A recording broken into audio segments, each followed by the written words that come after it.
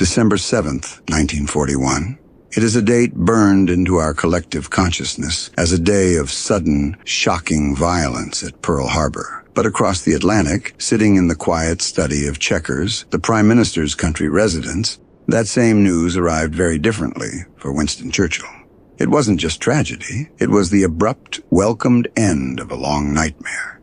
You have to remember the context to understand his reaction. For 2 agonizing years, Britain had stood virtually alone against the Nazi war machine. Churchill had watched his historic cities crumble under the Blitz, carrying the crushing weight of national survival while desperately cajoling the United States to intervene. So, when the news finally broke, while the public world exploded into chaos and declarations of war, Churchill's private reaction was profound, almost overwhelming relief. He would later famously write that, on that specific night, knowing the American giant was finally awake, he went to bed and slept the sleep of the saved and thankful.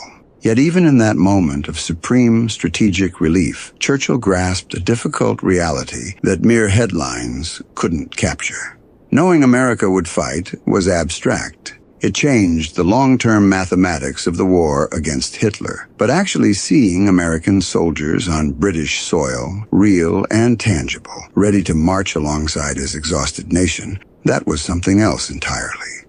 It was a physical reality that was still months away, a promise that still had to survive the U-boat-infested crossing of the Atlantic. We often look back at the special relationship between Britain and America as an inevitable fact of history, but the truth is far more calculated. Churchill didn't just wait for the phone to ring. He spent years building the line himself, brick by brick, letter by letter. Long before the bombs fell on Pearl Harbor, he was engaged in one of the most extraordinary courtships in political history.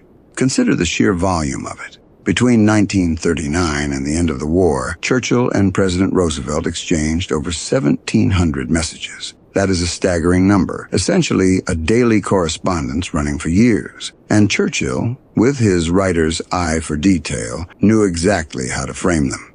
He didn't sign them as the Prime Minister initially. He signed them as former naval person.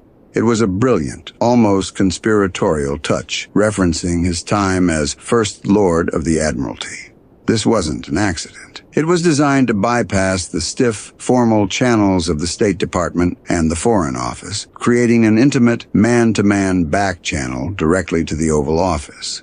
But this intimacy wasn't just strategic. For Churchill, it was in the blood. He effectively leveraged his own lineage as a diplomatic tool. Remember, his mother was Jenny Jerome. Born in Brooklyn, he had toured the States. He had friends there, and he genuinely felt a profound kinship with the American people. He wasn't asking a stranger for help. In his mind, he was asking family. However, we have to strip away the romance to see the cold, hard desperation underneath this correspondence. After June 1940, the map of Europe was a terrifying thing to behold. France, the great land power, had collapsed in weeks. The Soviet Union was still effectively protecting Hitler's eastern flank thanks to their non-aggression pact. Britain stood as the lonely sentinel in the west, the last light flickering before the Nazi storm. Churchill knew the math better than anyone. He knew that British courage could hold the island, but it couldn't liberate a continent. For that, he needed the industrial monster across the Atlantic to wake up. He got part of what he wanted in March 1941 with the Lend-Lease Act.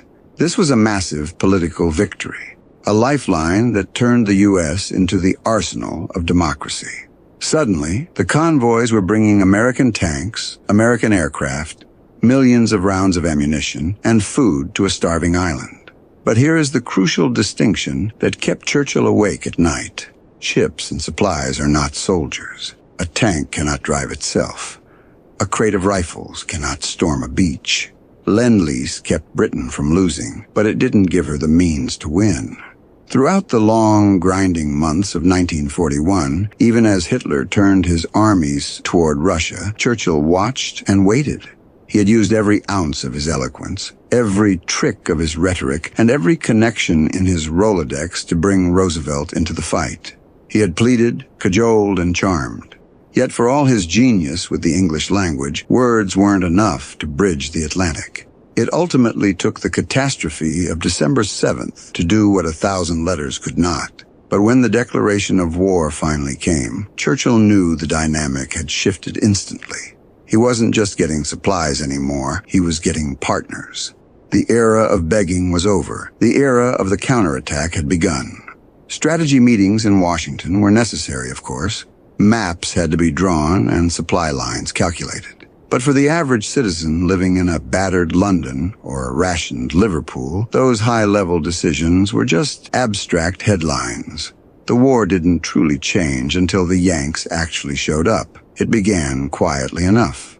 On January 26, 1942, the first advance elements stepped off ships in Northern Ireland. It was a trickle at first, barely noticed by the wider public, but that trickle rapidly turned into a deluge. By the end of that first year, over 100,000 American servicemen were stationed on the British Isles. By the time the invasion of France launched in 1944, that number had swelled to a staggering 1.5 million men.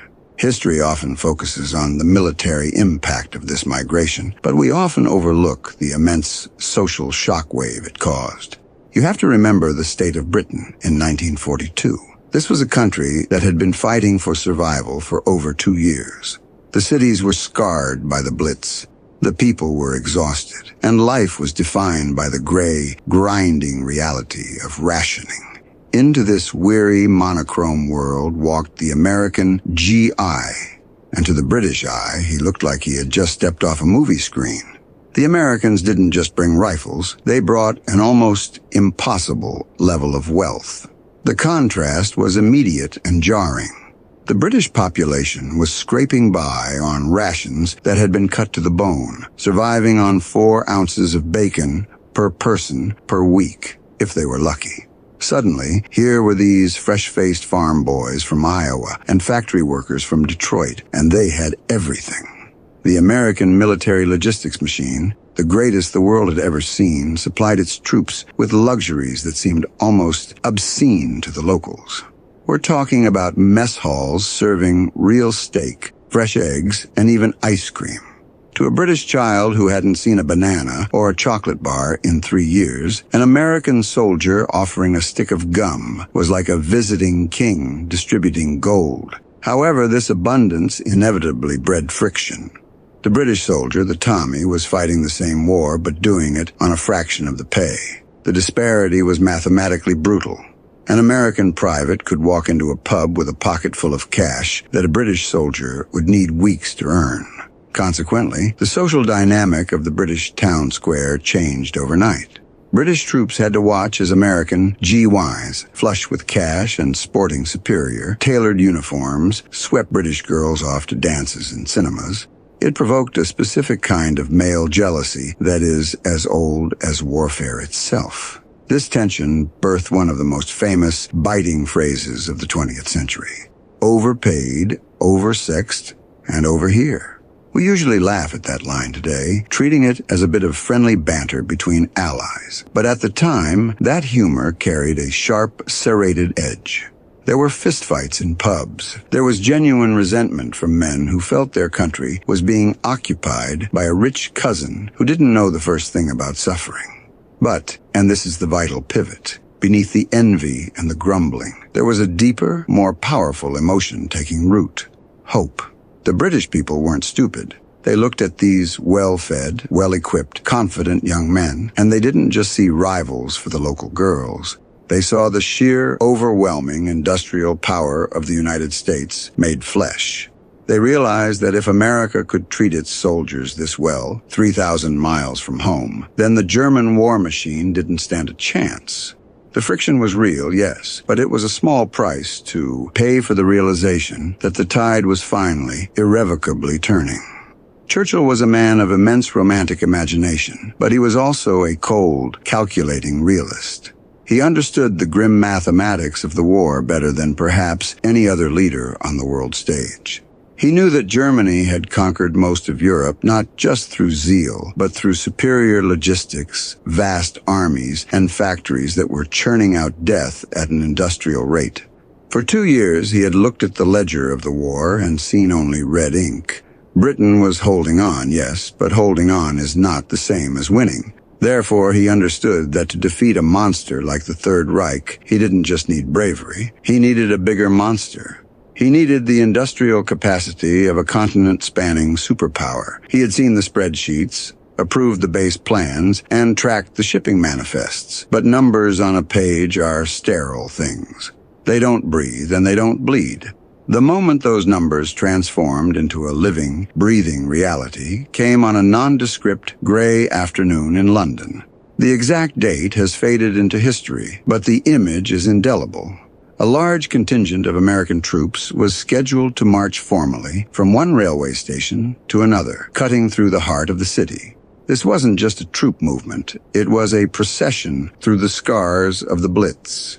These Americans were marching past buildings that were hollowed-out shells, past craters that were still being cleared of rubble, wounds inflicted by the Luftwaffe just months prior. Churchill, defying the fussing of a security detail, positioned himself specifically to watch them pass. He didn't want to report.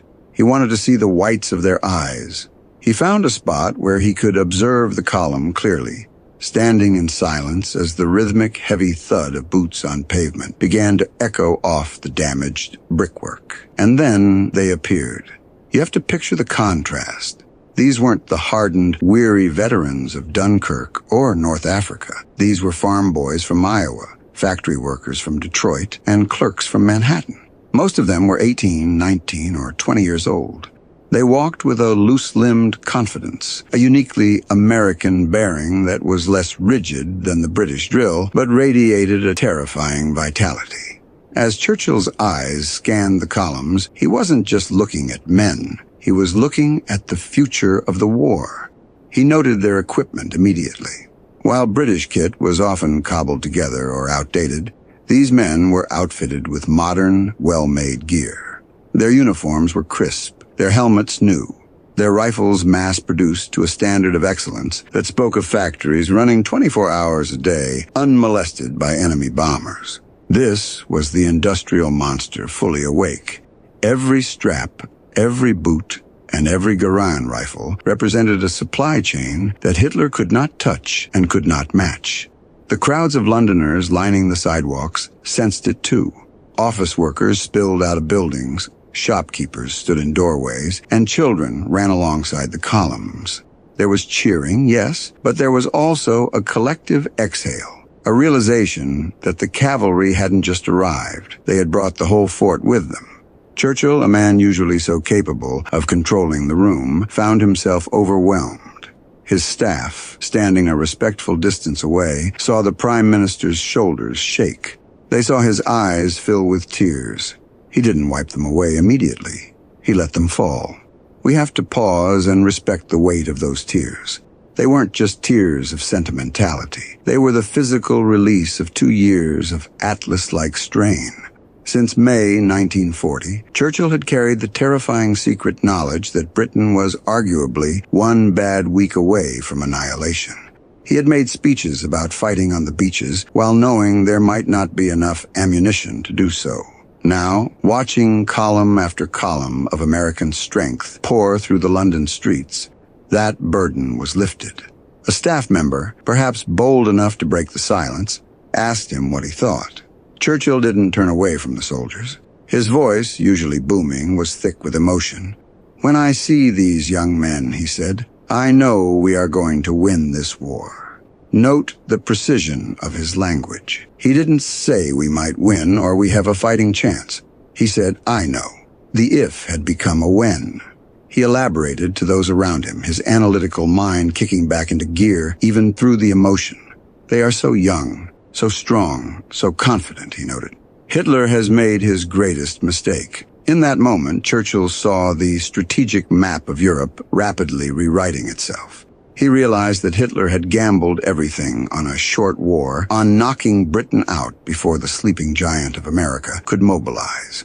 But standing on that London curb, Churchill saw the gamble had failed. Germany now faced a nightmare scenario.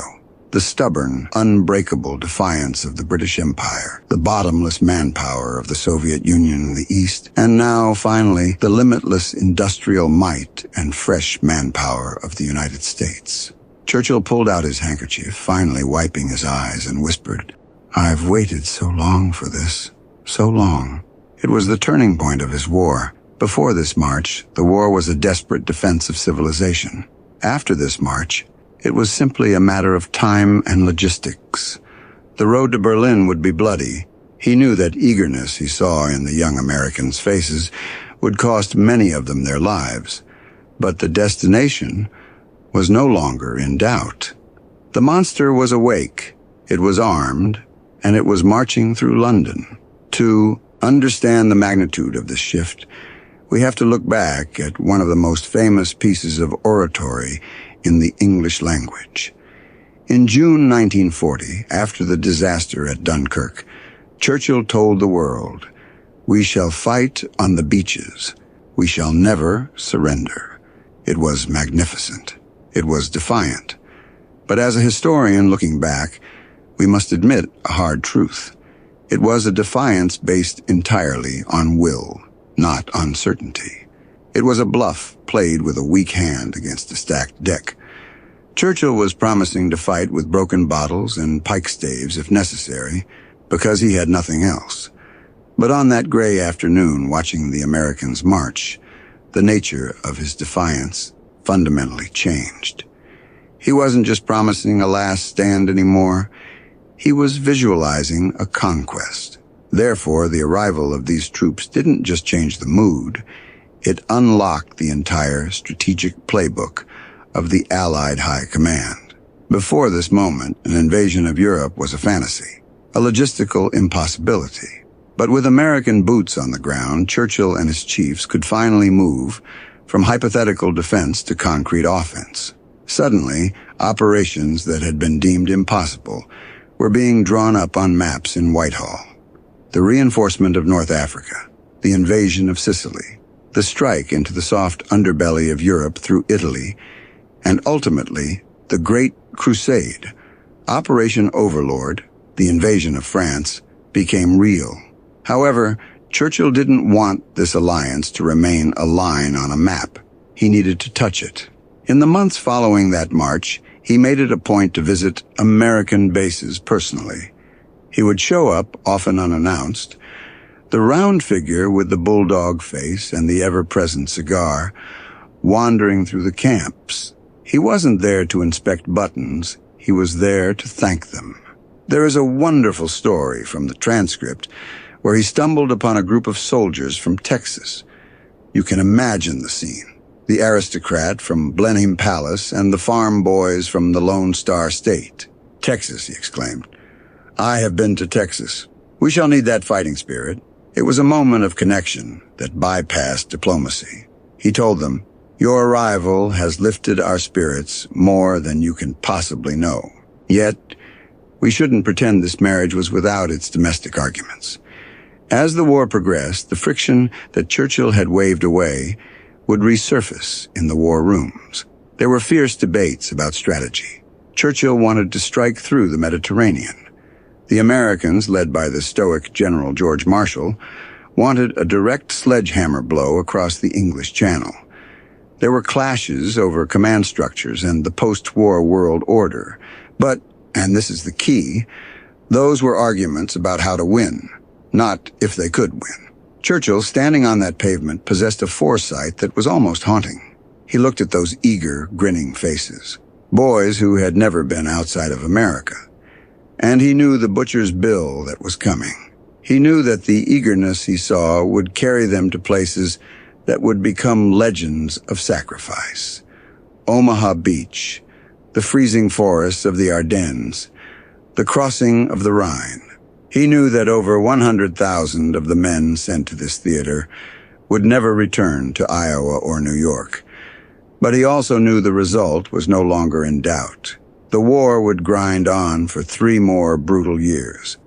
There would be setbacks, there would be terrible telegrams sent to mothers in both nations, and cities would be reduced to ash. But the fundamental equation of the conflict had been solved. Germany was now fighting a war on three fronts: against the British defiance, against the Soviet steamroller in the east, and now, finally, against the inexhaustible might of the American Republic.